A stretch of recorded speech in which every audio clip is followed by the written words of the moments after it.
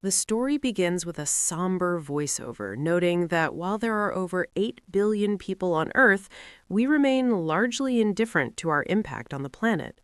Through the reckless exploitation of natural resources and rampant pollution, we have pushed the Earth to its limit, often without a second thought. Day by day, the global temperature rises. Snow on once white mountains melts rapidly, volcanoes erupt, and wildfires ravage the jungles. These are the Earth's warnings, yet humanity continues to ignore them. As the narration ends, we see a scientist conducting research on a devastating new virus. This virus has swept across the globe, killing almost every living creature. However, it has a peculiar effect on humans. They do not die, but instead transform into zombies. With humans nearly extinct, the survivors face a world where food has vanished. In this desolate reality, humanity has managed to artificially engineer a genetically modified plant called Plantix, and massive warehouses have been established to grow it in bulk. To combat the virus, the remaining 10% of humanity are struggling with all their might to survive. Their final hope lies with the scientists, who are tirelessly working to synthesize a cure. According to the scientists' needs, the materials for Plantix and medical research are delivered by riders, careers who have undergone rigorous military training.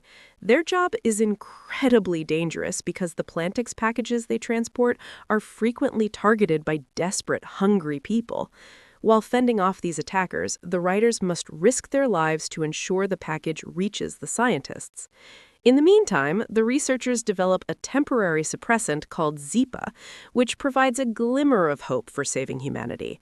However, a major complication arises in a research lab when a scientist becomes infected with the virus, leading to immense turmoil. Keep this specific incident in mind. From here, the scene shifts to the present day, where Ryder is out delivering a package when he is suddenly bitten by a zombie. The Ryder kills the creature and immediately injects himself with Z before returning to the warehouse. An important detail is shown here. Whenever riders return from the field, they are checked with a special electronic bracelet. This bracelet is a sophisticated invention that can immediately identify if a person is carrying the virus, thereby preventing an outbreak within the warehouse. When this rider puts on the bracelet, he discovers he is indeed infected. Fearing for his own safety, a guard prepares to shoot him, but the rider begs for his life, saying, "I'm not fully turned yet. Please give me some Zipa. I can still be saved." Hearing this, the guard hesitates, afraid to pull the trigger. But slowly, the infection takes hold, and the man begins to transform into a zombie. Suddenly, a bullet strikes his head, killing him instantly. We then see the film's heroine, Sarah, who was the one who shot the infected rider. Sarah is also a writer. 5 years ago, when the virus first began to spread on a massive scale, Sarah was trapped inside a building. Her boyfriend Park rescued her and gave her the strength to keep going. As a horde of zombies pursued them, they were forced to run in different directions. Eventually, Park became trapped behind a locked door. Sarah tried desperately to pry it open, but was unsuccessful.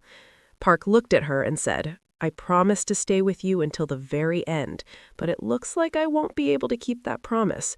You have to get out of here. Go." Sarah left in tears as the zombies surrounded Park.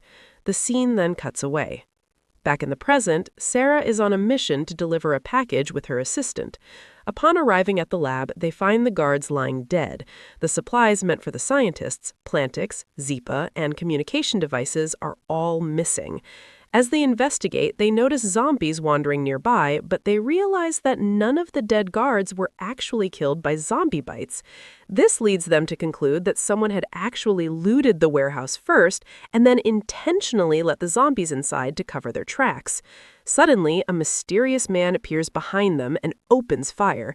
His aim is poor, allowing Sarah to quickly move from her cover and see his face. However, they are unable to capture him because a swarm of zombies begins to attack at that very moment. While the mysterious man escapes, Sarah and her assistant find themselves trapped. Sarah fires her weapon repeatedly, but the bullets have no effect on these specific zombies. They simply stand back up and continue their attempt to bite them.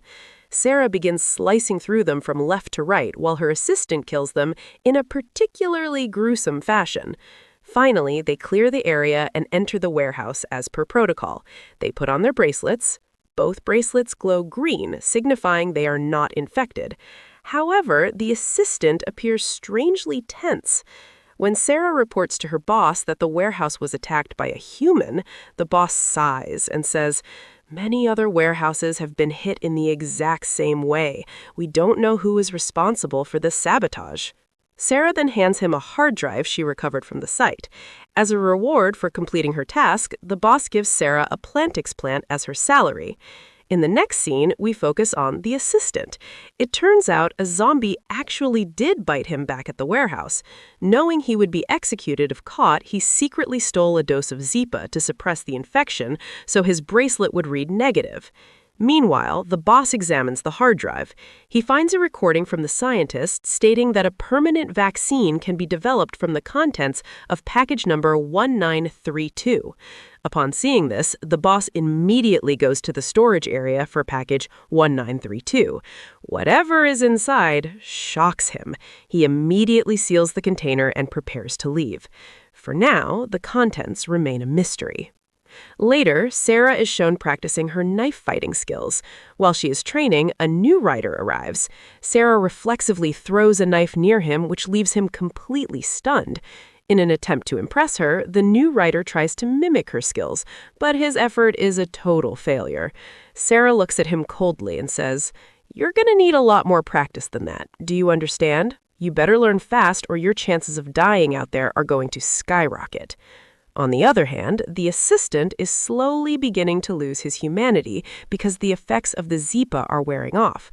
Within a short time, he fully transforms into a zombie and begins biting the other riders, which means the main warehouse is now infected.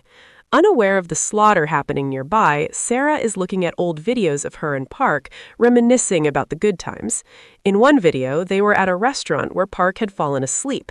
Sarah had teased him by sticking a piece of paper in his nose to wake him up. They were laughing and having fun right before an infected girl entered the building and began biting everyone. Watching this makes Sarah deeply sad. Suddenly, an emergency alert sounds throughout the warehouse.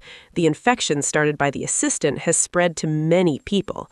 The new rider, whose name is Dingo, is shown being cornered by a zombie, but Sarah arrives just in time to save him. The zombies are in a frenzy and attack the two of them viciously. They manage to fight their way to the boss. When they tell him the warehouse is compromised, Sarah says, "We have to get out of here and find another safe location." Dingo suggests, "At least call the other riders for backup." The boss shakes his head and says, "This was the last warehouse, and now it's destroyed. There's no one left to call, and nowhere else to go." The boss then hands Sarah the hard drive and tells her the vaccine can be made using Agnes number 1932.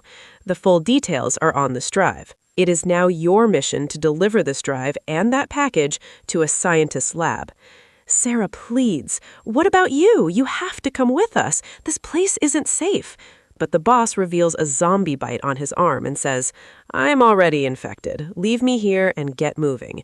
Immediately after they drive away, the boss shoots himself, triggering an explosion that destroys the warehouse and everything inside. Sarah and Dingo travel a long distance in the package van.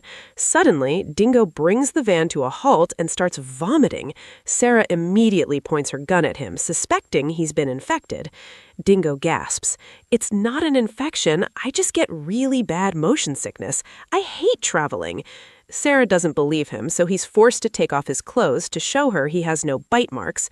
Sarah rolls her eyes and says, "I didn't come out here to watch your sexy dance. I don't know how I'm going to finish this trip with you." Dingo then asks where exactly they're headed. Sarah produces a map with a marked location and says, "If we keep this pace, we'll reach the lab in 2 or 3 days. The scene shifts to the lab where Sarah is heading. Before his death, the boss had managed to send a message that their warehouse, the final one, had been destroyed. We also see the mysterious man who attacked Sarah earlier. He had stolen a radio from the warehouse and intercepted the boss's message. He now knows about package number 1932. While the scientists at the lab are hopeful that the package will allow them to create a vaccine, the mysterious man is also on a hunt to find it first. On the road, a group of hungry scavengers manages to trap Sarah and Dingo. Outnumbered, they are unable to defend themselves and are forced to surrender. The scavengers begin searching their bags and finally open the large package. Inside, they find a living person hooked up to oxygen supply. There is also an infection bracelet attached to the person, which shows they are infected, but the level is currently only 49%. Sarah is stunned to see that the person is her boyfriend, Park.